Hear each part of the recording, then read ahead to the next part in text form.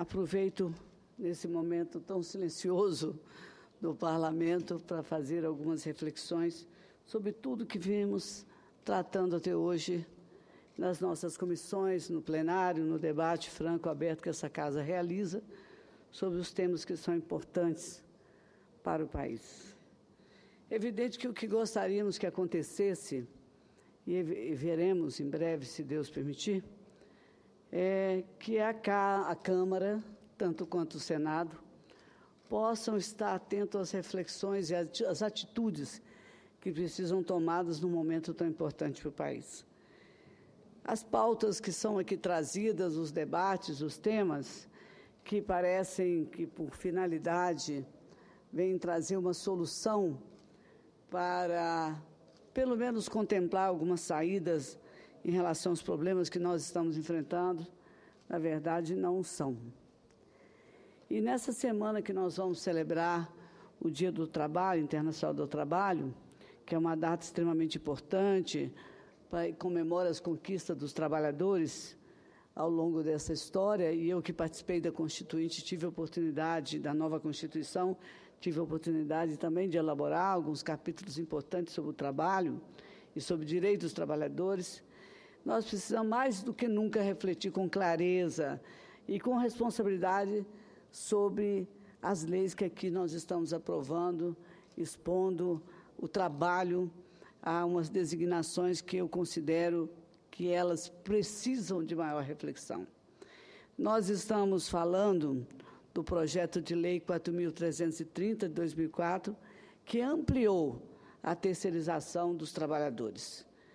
Não quer demais lembrar que, depois de mais de 10 anos de tramitação, a Câmara dos Deputados aprovou a terceirização das atividades fim nas empresas, ou seja, a atividade principal.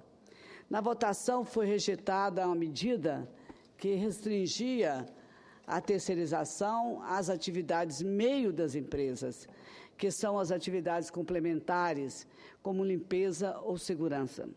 Agora, nesse projeto, senhor presidente, chega para ser analisado por esse Senado, ocorre que a terceirização aprovada não conta com a aprovação dos trabalhadores, nem com a aprovação unânime desta Casa, e, por isso, chamo à reflexão todos aqueles que nos ouvem. Ao contrário, um tema polêmico, e mesmo que esteja em discussão desde 2011, entre parlamentares, centrais, sindicais, sindicatos patronais, ainda merece, por nossa parte, que somos os responsáveis pela aprovação e a destinação dos nossos votos para apreciação nas duas casas, merece ainda mais debate e mais reflexão, muita reflexão. Nós sabemos que o mundo mudou. O projeto apontado, as mudanças que aí estão, refletem a necessidade da empresa moderna se concentrar em seu negócio principal e na melhoria da qualidade do produto ou da prestação do serviço a que se propõe. E que, sem a definição clara das responsabilidades do tomador e do prestador de serviço, os terceirizados ficariam sempre vulneráveis. Há muito mais a ser avaliado nesse projeto de terceirização, eu tenho uma plena convicção disso. Ao votar essa proposta, nós não podemos permitir, por exemplo, a precarização das relações de trabalho. Nós não podemos aprovar nada que leve à falta de pagamento dos direitos trabalhistas ou que diminua as conquistas da classe trabalhadora. Nós não queremos um retrocesso, senhor presidente, ou a superexploração que, inevitavelmente, vem acometendo a classe trabalhadora. Os trabalhadores, para privilegiar sobre fim, quando isso acontece, seguramente aos lucros das empresas, porque há uma crise e precisamos arranjar uma solução que venha adornar ou pelo menos maquiar a questão do trabalho na crise econômica. Avaliamos que, dessa maneira em que foi aprovada pela Câmara, e aqui sem demérito do esforço, da atitude que foi tomada pelos nobres deputados federais, essa terceirização sem limites, do jeito que ela está, atinge 100% da atividade fim e prejudica de sobremaneira os direitos trabalhistas. Esse estudo que foi divulgado pela Central Única dos Trabalhadores em parceria com o DIESE, que nós conhecemos, Departamento Intersindical de Estatísticas e Estudos Socioeconômicos, já apontou que o trabalhador terceirizado permanece menos tempo no trabalho. Em geral, fica cerca de 2 anos, 2 anos e meio, 3 anos, e no emprego que o trabalhador tem sido contratado diretamente. Tem jornada de trabalho de 3 horas semanais a mais do que os contratados e, no entanto, recebem, em média, salários 24,7 menores do que os outros trabalhadores. Além disso, a cada 10 acidentes de trabalhos fatais, 8 ocorrem entre trabalhadores terceirizados. Por causa da falta do treinamento, por causa da falta de investimento na mão de obra, na sua qualificação.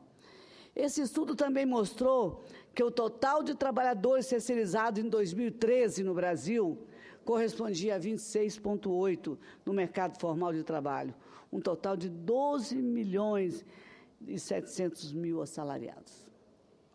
Os estados com maior proporção de terceirizados, segundo o estudo, presidente e deputado Wilder, São Paulo com 30,5%, Ceará 29,7%, Rio de Janeiro 29%, Santa Catarina 28% e meu estado, Espírito Santo, com 27,1% dos trabalhadores terceirizados. Todos esses estados têm proporção de terceirizados superior à média nacional, que é de 26,8%.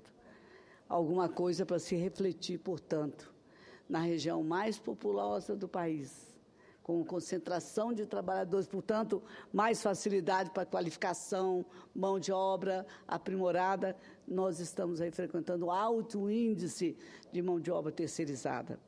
Ao pagar salário, inclusive, mais baixos, especialistas estão alertando para todos nós, parlamentares, que a terceirização contribui para a queda da massa salarial e a queda de receitas. É importante nós lembrarmos que uma coisa incide sobre a outra. Receita para o INSS, fundo de garantia com impacto negativo, sobretudo para a arrecadação. Senadora, uma parte, por favor. Pois não. Senadora, eu sou do setor produtivo e eu acho que esse debate nosso aqui no Senado, como aconteceu na Câmara, acho que é muito importante. Eu acho que está tendo um pouquinho, criando um invés. Eu acho que a terceirização, e aí depende da gente aqui do Senado, todos os regulamentos que precisa ter do trabalhador, não pode tirar nada do trabalhador, mas a eficiência na mão de obra terceirizada, ela existe, e existe em vários setores. Hoje, se você pegar na construção civil, hoje nenhuma obra da construção civil pode ser 100% terceirizada, que eu também concordo. Mas algumas fases da construção civil, ela pode ser, sim, terceirizada, inclusive aperfeiçoada. Hoje não é permitido nenhum funcionário trabalhar sem registro, sem receber todos os direitos trabalhistas. O que acontece é que a eficiência nossa entre a mão de obra terceirizada e não, porque você, a cada 10 funcionários da construção civil, você tem que ter um encarregado, e que hoje acaba vigiando e participando do trabalho desse funcionário. Quando você terceiriza, a empresa trabalha e recebe por produtividade. Então, quando se produz, com certeza a eficiência chega e se aprimora. Então, acho que esse debate, ele não pode ser nem de um lado e nem do outro. E eu acredito que o que o nosso presidente está fazendo, e aqui nós não vamos fazer na velocidade que teve na Câmara, nós vamos ter aí vários debates, então a gente tem que ponderar os dois lados e a gente tentar achar um caminho que possa ter essa eficiência que o Brasil precisa ter. Então é importante, sim, eu não sou nem o dono da verdade de um lado nem do outro, mas é importante que a gente faça esse debate, porque eu conheço o lado como empresário e vejo que alguns setores funcionam muito bem. E essa relação, e não vejo em hora nenhuma a perca do trabalhador. Pelo contrário, ele acaba trabalhando e trabalhando, sim, principalmente em algumas áreas específicas, como produtividade. Produtividade, o que se faz, se recebe pelo preço combinado. Então, a minha opinião, e parabéns aí por sua fala. Muito obrigada, deputado. Senadora. Senador. Queria pedir uma parte também aí, para aproveitar o gancho do colega senador. Eu, na verdade, eu fico pensando a quem serve, senador, essa terceirização. Terceirizar a área fim, para mim é um erro para o empresário, um erro para a sociedade, senadora. Porque você vai destruir toda uma cultura que a empresa construiu, todo um padrão de qualidade que a empresa tem já internalizado nos seus trabalhadores, todo um potencial, uma qualificação já aproveitada, já desenvolvida, e aí eu vou terceirizar. Na terceirização, a rotatividade é muito maior, e isso, do meu ponto de vista, se aprovado, nós vamos chegar a um tempo que as empresas não farão isso porque elas estarão destruindo a sua cultura empresarial, né? Porque uma empresa não é movida só pela vontade do patrão, uma empresa é movida pelo encantamento que o patrão faz aos seus funcionários, aos seus colaboradores ali no trabalho, e esse encantamento é impossível ser feito, né, através da terceirização. Quando se fala em terceirizar algumas áreas meios, é até aceitável, mas terceirizar a área fim, do meu ponto de vista, não interessa às empresas, não interessa ao país e precariza a condição dos trabalhadores. Então, acho que é uma reflexão que nós aqui no Senado podemos fazer, cada um externando o seu ponto de vista, mas eu acredito que nos moldes que está a terceirização vida ali da Câmara, não interessa nem para os empresários, nem para o país e muito menos para os trabalhadores. E aí, termino minha parte aqui, parabenizando a sua sistematização da fala, pontuando o que é muito importante nesse momento no debate. O que nós precisamos e temos a garantia do nosso presidente que vamos debater profundamente esse tema. Essa é, sem dúvida, a nossa oportunidade. E nunca se esquecer de que nós estamos num momento extremamente delicado para o país. Eu não sei que nome daria mais para esse aperto econômico que o país vive, uma desorientação geral em que você mantém o nível de indagações sobre que caminho e aonde iremos chegar através das atitudes que estamos colhendo aqui e ainda na expectativa de qualquer plano que venha completamente elaborado para se oferecer uma discussão profícua a esse país. E eu quero dizer que nós falamos da terceirização num momento tão delicado quanto esse.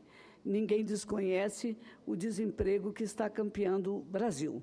Ninguém pode dizer mais do que a economia tem mostrado a todos. A insegurança, que antes se chamava apenas de insegurança jurídica, que é uma insegurança econômica muito grande. Insegurança política também. Portanto, nós estamos aí às vésperas do Dia do Trabalhador, ao lado de todos esses milhares de trabalhadores que estarão na rua comemorando. Nós vamos assistir uma intensa mobilização por parte de centrais sindicais e da parte das centrais sindicais mesmo, que são parcela muito grande da população, acompanhando esse movimento, na expectativa de se discutir essa questão da terceirização e do trabalho, da perda do trabalho, daquele país que vai ressurgir de tudo que nós estamos falando e da população que vai à rua defender os direitos legítimos e constitucional do trabalho digno e que deve ser muito valorizado, que é o trabalho da classe trabalhadora. Cabe a nós, parlamentares, inclusive, ouvir as ruas, avaliar as alterações que nós temos que fazer nesse projeto que está proposto. O senador Wilder disse muito bem, a hora é de aprofundar essa discussão, aprofundá-la, ouvir a sociedade organizada, todos os setores, de qualquer tendência política que seja, para que a gente, com bom senso, possa estabelecer o equilíbrio, o diálogo que nós temos que manter nessa casa, que é chamada Casa Revisora. Eu fui por 6 vezes deputada federal, 1 vez deputada estadual, estou no 8º mandato. E eu digo que, com tudo que tem dito a classe empresarial, o exemplo da Fiesp, até da CNI também, que eu vi algumas declarações, compareci a alguns debates, né, defende a terceirização sob o argumento que a sua regulamentação irá gerar novos postos de trabalho, ampliar a segurança jurídica para os 12 milhões de brasileiros que já prestam esse serviço como terceirizado. Ainda assim, com toda essa argumentação, eu prefiro parar e refletir mais e dialogar mais. Eu diria até que os empresários que avaliam e avalizam esse modelo de contratação poderiam impulsionar a criação de emprego, sim, mas no médio prazo, e reduzir encargos, né, sobre a folha de pagamento, os gastos com a gestão da empresa, tudo isso é uma fala muito moderna, mas também a rotatividade a precarização do trabalho está aí nesse contexto e não pode ser desconhecido. Eu quero questionar qual é a garantia, né, da suposta vantagem da terceirização sobre a geração de empregos. Qual é a garantia? Eu queria ouvir isso num debate aberto, franco. Nós não estamos aqui para apenas rever, para refazer, retomar essa discussão, não com aquilo que a Câmara nos mandou, que, por certo, será a base dessa discussão. Mas, quando há terceirização da atividade fim, é possível abrir uma empresa sem ter nenhum empregado. Além disso, um dado que eu gosto de registrar, se uma empresa precisa hoje de 500 pessoas para produzir determinado bem, terá de continuar com 500 pessoas para manter sua produção. Mas nada garante que os empregados contratados não sejam substituídos por terceirizados. Nada. Inclusive porque os terceirizados tendem a trabalhar essas horas adicionais que eu mencionei aqui, mostrando a disparidade entre uma coisa e outra. E também não é fato que a terceirização gere realmente mais emprego. Não há comprovação disso. O aumento dos postos de trabalho é, antes de tudo, e isso eu quero ressaltar, resultado de uma economia robusta, aquecida, dinâmica, próspera, aquela em que o empresário decide contratar mais para produzir e vender mais. Essa linguagem, esse contexto em que nós avaliamos, tem que levar em consideração esses dados importantes, né? Porque a terceirização é um debate que eu não tenho dúvida da sua importância. Esse Senado tem de enfrentar esse desafio, tendo clareza, sobretudo, da estratégia do crescimento sustentado e de longo prazo que queremos estabelecer no Brasil.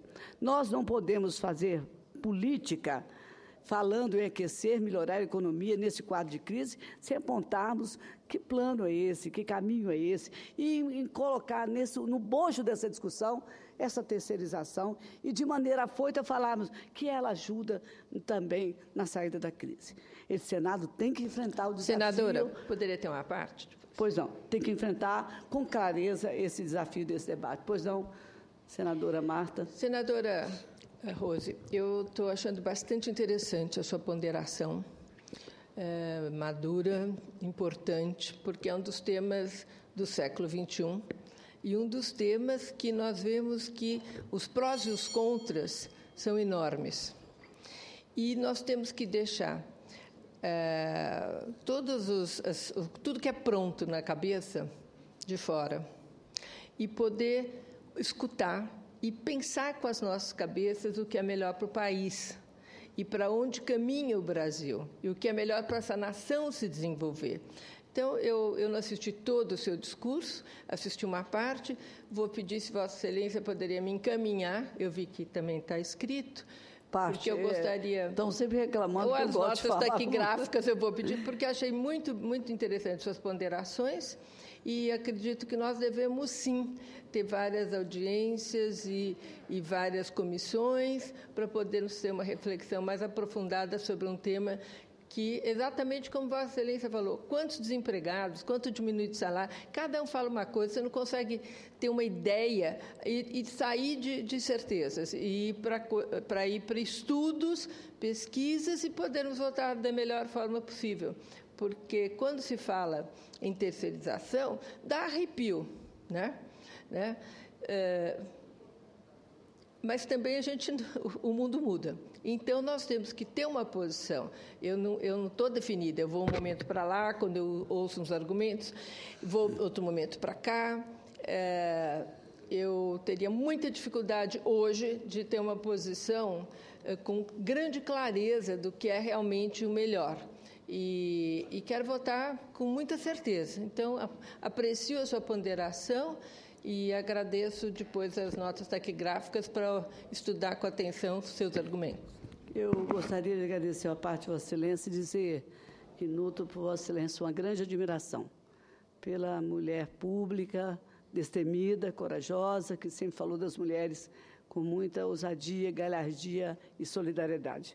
E dizer mais que espero que Vossa Excelência trilhe os melhores caminhos, com muita coragem e força, para que possa contribuir nessa discussão dentro do coração do Brasil, que é São Paulo, e que lá, visivelmente, essas discussões são mais acoloradas e bem realistas. Eu agradeço. E dizer, infelizmente, eu tenho por hábito falar sem roteiro, às vezes eu me pego para não me perder no caminho, mas os taquígrafos não gostam, me cobram depois. Mas dizer, Vossa Excelência, que a minha reflexão é toda essa, de querer pensar que crescimento é esse que está propondo para o Brasil, que ele deve ter, sobretudo, uma clareza sustentada em boas discussões, que se o Brasil sair dessa crise, em quanto tempo sairá, e que saindo a médio ou longo prazo, que isso seja para estabelecer um país que nós queremos e que todos caibam dentro dele. Não olhar para trás e dizer, erramos ali, e erramos pela falta exatamente deste diálogo. Então, eu digo que o Brasil precisa, oferecer essa previsibilidade, tanto para o trabalhador, mas para o mercado, o trabalho de um modo geral.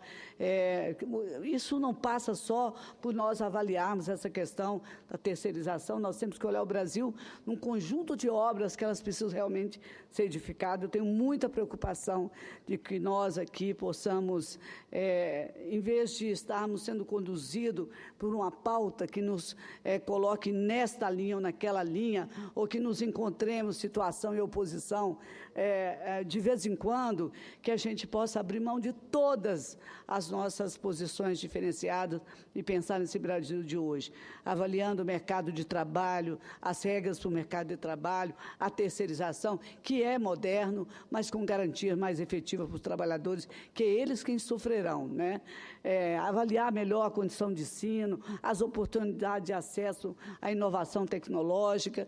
Tudo isso é importante para a gente possa incrementar essa política que cria uma estrutura, uma infraestrutura melhor para o país.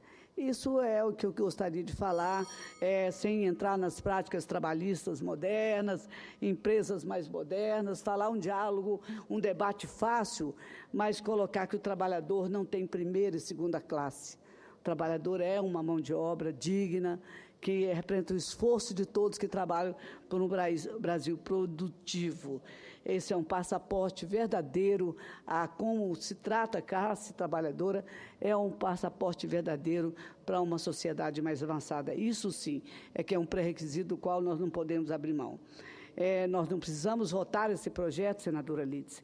Vossa Excelência, que tem demonstrado preocupação constante e participando decisivamente de todos os debates que essa casa tem. Nós não precisamos votar essa matéria sob pressão de outra casa ou sob pressão de conceitos A, B ou C. Nós precisamos, sim, ter respeito à CLT, registrar que nós temos...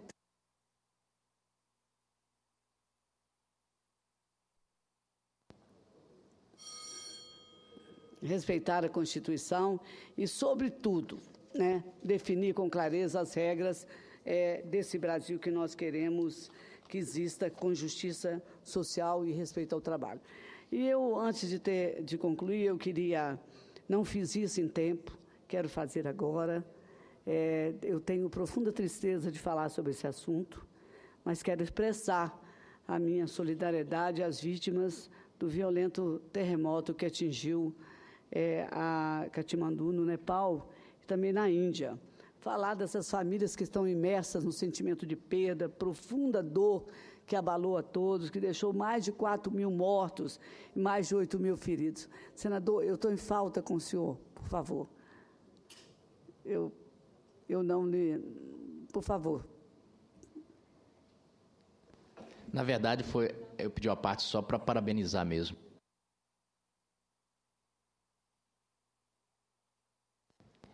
Parabenizar pela discussão lúcida e pelo tema que a senhora propõe, porque nós precisamos realmente, é um tema sério, precisamos enfrentar isso realmente aberto, com a cabeça aberta e com amplo debate. E eu acho que Vossa Excelência trouxe aqui e deu início aqui a realmente um debate, já começou a discutir o tema da forma que ele deve ser, despartidarizado, sem qualquer ranço ou ideologia, querendo realmente discutir o tema no sentido de aprimorar e daí sair uma legislação melhor. Meus parabéns. Obrigada, senador. Eu queria também, terminando as minhas palavras, falar que um dado da ONU que me impressionou muito, que essa tragédia acabou por afetar cerca de 8 milhões de pessoas. Isso foi a pior calamidade em 81 anos no país. O sobrevivente perdeu suas casas, seus animais, seus pertences, seus meios de sobrevivência. Isso foi aqui, as Nações Unidas, por essa atitude de agora, por outras também houveram muitas falhas, mas por essa, que estão preparando uma grande operação humanitária com vista a fornecer, a aliviar aí a falta de comida, de água, de roupas, de condições de permanência em alguns lugares, porque estão ameaçadas por várias epidemias. Tem centenas de milhares de pessoas, senadora, que estão aí nas ruas, barracas, sujeitas a doenças infecciosas e, sobretudo, sem água até para beber. Então, eu quero deixar aqui apenas o registro da nossa solidariedade, as histórias de desespero, de perda, de angústia. Essa ajuda internacional pode aliviar esse sentimento que a gente tem à distância, nós não podemos nem expressar. Mas eu deixo aqui o registro para ver se com essas palavras a gente solidariedade a esse sofrimento e essa luta pela recuperação de algum espaço digno nessa tragédia. Senadora Rose, Vanessa Garazotti. Na sequência, após seu pronunciamento, nosso presidente vai fazer um registro muito importante. Creio que a nossa permanência no plenário, senadora Lídice, Vossa Excelência, senadora Rosiel, seria muito importante, uma presença, um registro de presenças ilustres que temos aqui entre nós.